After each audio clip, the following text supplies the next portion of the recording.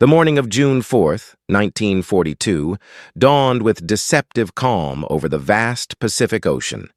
Admiral Isoroku Yamamoto stood aboard his flagship, the battleship Yamato, watching the horizon with the confidence of a man who had orchestrated Pearl Harbor's devastating surprise attack just 6 months earlier. The Imperial Japanese Navy's most brilliant strategist believed he was about to deliver the knockout blow that would force America to its knees and secure Japan's dominance across the Pacific. Yamamoto's plan was audacious in its scope and breathtaking in its complexity. The Midway operation, codenamed MI, would lure the remnants of the United States Pacific Fleet into a trap where his superior forces could annihilate them once and for all. 4 aircraft carriers, Akagi, Kaga, Hiryu, and Soryu, formed the striking heart of his fleet, carrying over 270 aircraft manned by some of Japan's most experienced pilots. These veterans had carved a path of destruction from Pearl Harbor to the Indian Ocean, believing themselves invincible, masters of naval aviation. The target was Midway Atoll, a tiny speck of coral and sand sitting strategically in the Central Pacific. To American forces, it represented the last barrier between Japan and the Hawaiian Islands. To Yamamoto, it was bait, a prize so valuable that Admiral Chester Nimitz would have no choice but to commit his remaining carriers to its defense, sailing directly into the jaws of destruction. Vice Admiral Chuichi Nagumo, commanding the carrier strike force from the bridge of Akagi, shared his superior's confidence. His pilots had proven their superiority time and again, sinking the British carriers Hermes and Cornwallis in the Indian Ocean raids just weeks before. The Americans, he believed, were still reeling from the shock of Pearl Harbor, their naval aviation inexperienced and their morale shattered. What could possibly go wrong? According to Samuel Eliot Morrison's comprehensive naval history, The Two-Ocean War, Japanese confidence at this stage of the war was at its absolute peak, with many officers believing American forces incapable of mounting effective resistance. But 3,000 miles away in Pearl Harbor, Admiral Nimitz possessed something Yamamoto could never have imagined: the ability to read Japanese naval codes. Station Hypo, the Navy's cryptanalysis unit, had been working around the clock to break the enemy's communications, and their efforts had paid dividends beyond measure. Nimitz knew exactly where Yamamoto intended to strike, and more importantly, when. The American commander faced a daunting challenge. His Pacific Fleet had been savaged at Pearl Harbor, leaving him with just 3 operational aircraft carriers: Enterprise, Hornet, and the hastily repaired Yorktown, which had limped back from the Coral Sea battle with a gaping hole in her flight deck. Against Yamamoto's 4 fleet carriers and their veteran air groups, the odds seemed insurmountable. Yet Nimitz possessed advantages beyond mere numbers. His pilots, though less experienced than their Japanese counterparts, were flying from unsinkable airfields on Midway itself, effectively giving him a 4th carrier that couldn't be sunk. More crucially, he held the element of surprise. The one weapon that had served Japan so well at Pearl Harbor was now turned against them. As the sun set on June 3rd, both fleets moved through the darkness toward their fateful rendezvous. Neither side fully comprehending that the course of the Pacific War hung in the balance, broke gray and overcast on June 4th as Admiral Nagumo's strike force approached Midway from the northwest. At 4:30 in the morning, the 4 Japanese carriers turned into the wind and began launching the first wave of their assault. 108 bombers and fighters rising from their flight decks like a swarm of angry hornets. The pilots, veterans of Pearl Harbor and the rampage across the Pacific, felt the familiar surge of confidence as they formed up and headed toward their target. Lieutenant Joichi Tominaga led the attack formation toward Midway, his level bombers and dive bombers escorted by deadly Zero fighters. Below them, the Pacific stretched endlessly, its surface broken only by the occasional whitecap. The Japanese airmen had no idea that American eyes were already watching them. Midway's radar had detected their approach while they were still, over 100 miles away. On Midway itself, Major Lofton Henderson scrambled every available aircraft as air raid sirens wailed across the tiny atoll. Marine fighter pilots, many of them flying obsolete Brewster Buffaloes against the superior Zeros, knew they were outmatched, but climbed toward the enemy formation with grim determination. The island's anti-aircraft guns swiveled toward the northern horizon as ground crews hurried to get the last bombers airborne. The first clash came at 6:20 in the morning as Marine Captain John Carey led his fighter squadron into the Japanese formation. The Zeros, faster and more maneuverable than anything the Americans could field, tore through the Marine fighters with devastating efficiency. Carey himself was shot down within minutes, his Buffalo spinning into the ocean in flames. Of the 26 Marine fighters that rose to meet the enemy, only 2 would return to Midway unscathed. Despite their escort's success, Tomonaga's bombers faced a murderous reception over Midway. Anti-aircraft fire filled the sky with deadly black puffs as the Japanese pilots pressed their attack on the airfield and military installations. Buildings erupted in flames and fuel dumps exploded in towering columns of black smoke. But the critical infrastructure, the runways themselves, remained largely intact. As documented in Gordon Pranga's definitive account, Miracle at Midway, the Japanese first strike, while causing significant damage, failed to achieve its primary objective of neutralizing Midway as an air base. At 7 o'clock, Tomonaga radioed back to Nagumo with words that would prove fateful. There is need for a second attack wave. The Japanese commander faced a crucial decision. He had held back a second wave of aircraft, armed with armor-piercing bombs and torpedoes for use against any American ships that might appear. Should he rearm them with high-explosive bombs for another strike against Midway, or maintain his anti-ship capability? Unknown to Nagumo, American search planes from Midway had already spotted his fleet.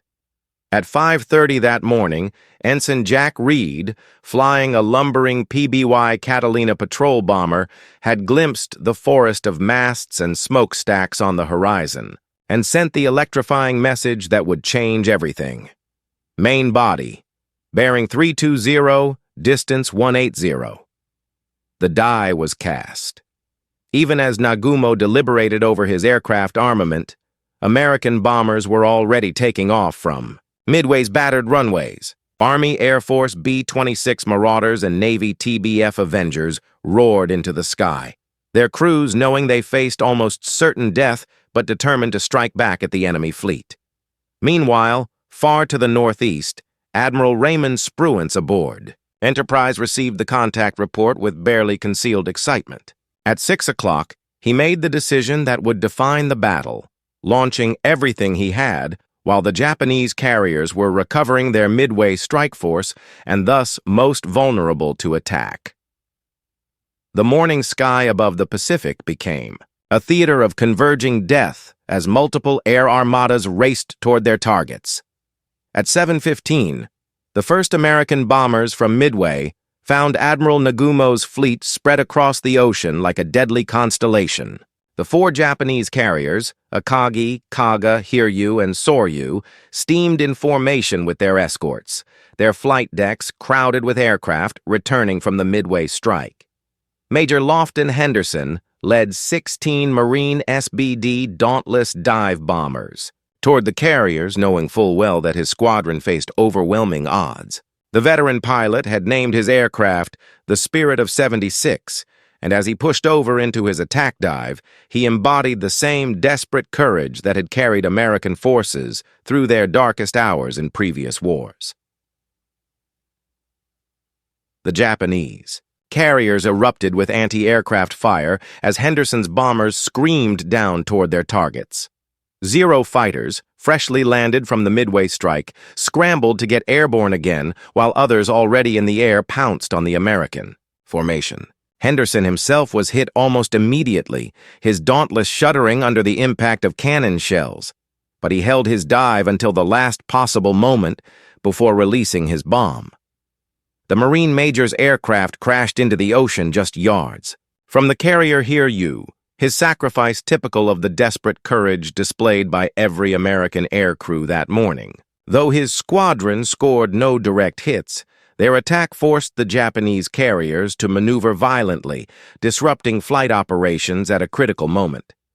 Wave after wave of American bombers pressed their attacks throughout the morning.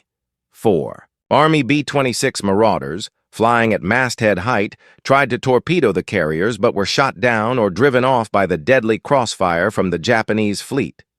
6 Navy TBF Avengers followed, their crews determined to succeed where the Army had failed, but they too were decimated by the wall of fire surrounding the enemy carriers. Military historian Walter Lord, in his acclaimed work Incredible Victory, described this phase of the battle as a series of magnificent failures that nevertheless served to disrupt Japanese operations at a crucial moment. Aboard the Akagi, Admiral Nagumo faced an agonizing decision.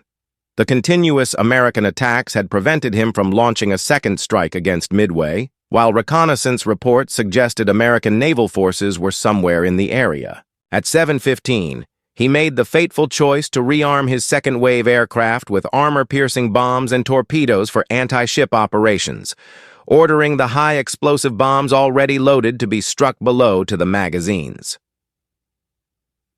The Japanese. Flight decks became scenes of frantic activity as ordnance crews worked to change the armament on dozens of aircraft. Bombs and torpedoes littered the hangar decks while aviation fuel lines snaked across the carrier's superstructures. In their haste to rearm quickly, standard safety procedures were abandoned, a decision that would prove catastrophic within hours.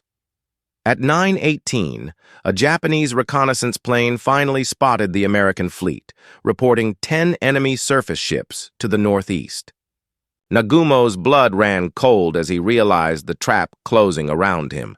American carriers were indeed in the area, and their strike aircraft were probably already inbound.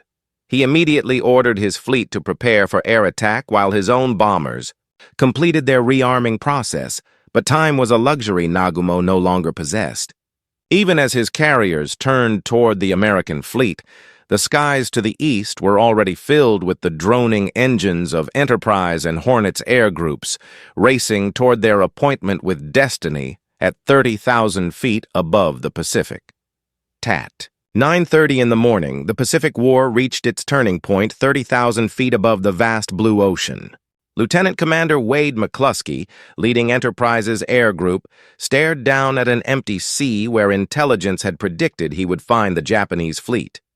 His fuel gauges showed dangerously low levels, and several of his pilots had already turned back toward their carrier. The fate of the American Pacific Fleet hung on his next decision. McCluskey, a cool-headed naval aviator with ice water in his veins, chose to continue searching rather than return empty-handed to Enterprise. Banking his formation to the northwest, he followed a hunch that would prove more valuable than any intelligence report. Below him, a lone Japanese destroyer raced across the ocean at flank speed, unknowingly serving as a signpost pointing directly toward Nagumo's fleet. At 10:20, McCluskey's persistence paid off in spectacular fashion. Spread out below him like models on a blue tablecloth were 4 Japanese aircraft carriers, their flight decks packed with aircraft preparing for launch. The sight that greeted the American pilots was almost too good to be true. The enemy fleet, caught in its most vulnerable configuration, with bombers and fighters crowded together like sitting ducks. "Attack! Attack!" McCluskey radioed to his squadrons as he pushed his SBD Dauntless into a near-vertical dive toward the carrier Kaga. Behind him, 33 more dive bombers followed in a deadly cascade, their engines screaming as they plummeted toward the Japanese fleet at over 200 miles per hour.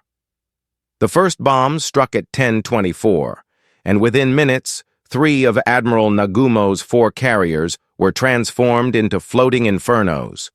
Lieutenant Richard Best, leading a 3-plane section, put his 1,000-pound bomb directly into Akagi's flight deck just behind the forward elevator. The explosion ignited aviation fuel and ammunition scattered across the hangar deck, turning Japan's most famous aircraft carrier into a blazing wreck.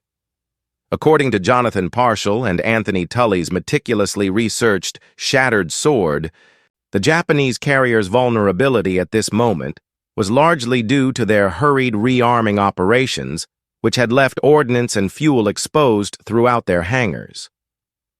On the Kaga, Lieutenant Clarence Dickinson watched his bomb disappear through the flight deck in a perfect hit that detonated among the aircraft parked below. Secondary explosions rippled through the carrier as torpedoes and bombs cooked off in the intense heat, sending sheets of flame hundreds of feet into the air.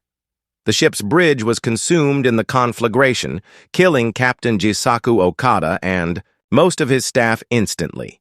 Simultaneously, bombers from Yorktown found the carrier Soryu and delivered 3 direct hits that turned her into a floating crematorium.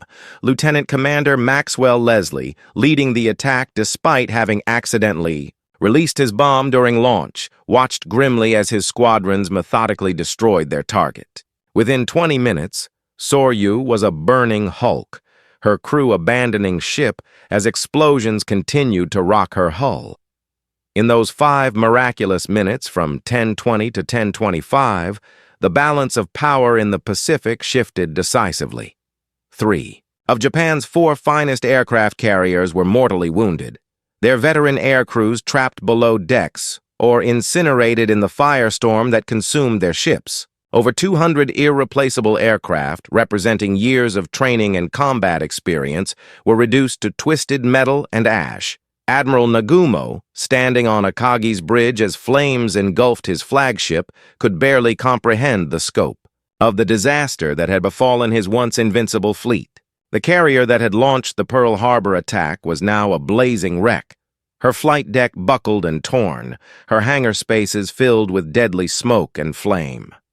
The rising sun's moment of supreme confidence had been transformed into utter catastrophe in the space of a few heartbeats. Through the smoke and chaos of 3 burning aircraft carriers, one Japanese ship continued to operate with deadly efficiency. The carrier Hiryu, positioned several miles north of her sister ships, had escaped the devastating American dive bomber attack that had crippled the rest of Admiral Nagumo's force. Her captain, Tomeo Kaku, and the air group commander, Lieutenant Commander Kakuichi Takahashi, were determined to exact revenge for the catastrophe that had befallen their fleet. At 10:40, even as rescue ships pulled survivors from the burning wrecks of Akagi, Kaga, and Soryu, Hiryu launched her first counterstrike. 18, Type 99. Dive bombers escorted by 6-0 fighters climbed into the morning sky, their pilots burning with the desire for vengeance. These men were among Japan's finest naval aviators, veterans of Pearl Harbor and the Rampage, across the Pacific, and they flew toward their target with the precision of a well-honed sword. Lieutenant Michio Kobayashi led the formation toward the American fleet, his aircraft loaded with a 500-pound armor-piercing bomb capable of punching through a carrier's flight deck and exploding deep within her vitals. The Japanese pilots had been briefed that at least 2 American carriers were operating in the area, and they intended to balance the scales of destruction that morning. At 11:20, Kobayashi's bombers found their target, the carrier Yorktown, steaming at high speed with her combat air patrol of Wildcat fighters circling overhead. The American ship had been hastily repaired at Pearl Harbor after suffering damage in the Coral Sea battle just weeks earlier, and now she faced the concentrated fury of Japan's last operational carrier air group. The attack developed with textbook precision as Zero fighters engaged Yorktown's defending Wildcats, while the dive bombers pushed over into their attack dives. Despite fierce resistance from the American pilots and a curtain of anti-aircraft fire from the task force, 3 Japanese bombs found their mark on the carrier's flight deck and superstructure, as detailed in Robert Lundstrom's authoritative The First Team. Yorktown's damage control parties performed magnificently under these conditions, demonstrating the superior training American crews had received in firefighting and repair techniques. The first bomb penetrated deep into Yorktown's interior before exploding, starting fires throughout the ship's lower decks and knocking out several boiler rooms. The carrier slowed to a crawl as black smoke poured from her wounds, and for a moment, it appeared that the Japanese had claimed their first victim of the day. But Yorktown's damage control parties, trained to a level of efficiency that surpassed even their Japanese counterparts, fought the fires with skill and determination. Within an hour, the American carrier was steaming at 20 knots again, her flight deck patched and operational. When Japanese search planes reported her condition back to Hiryu, they described her as a different ship entirely, leading the Japanese to believe they had severely damaged a second American carrier when in fact they had only temporarily crippled the same one.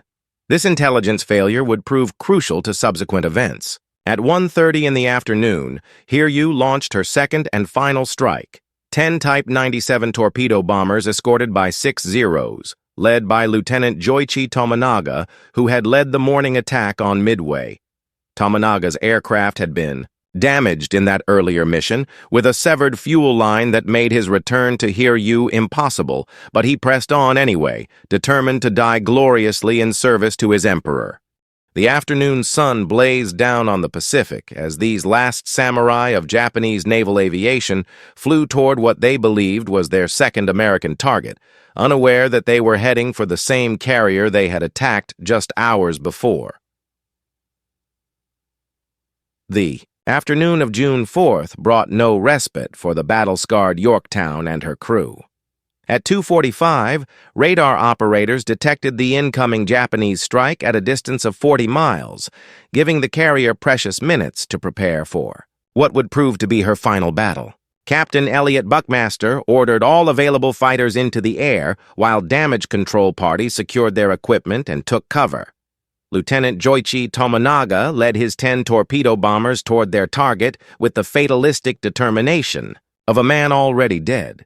His damaged aircraft leaked fuel steadily, leaving a thin trail across the sky that marked his path like a comet.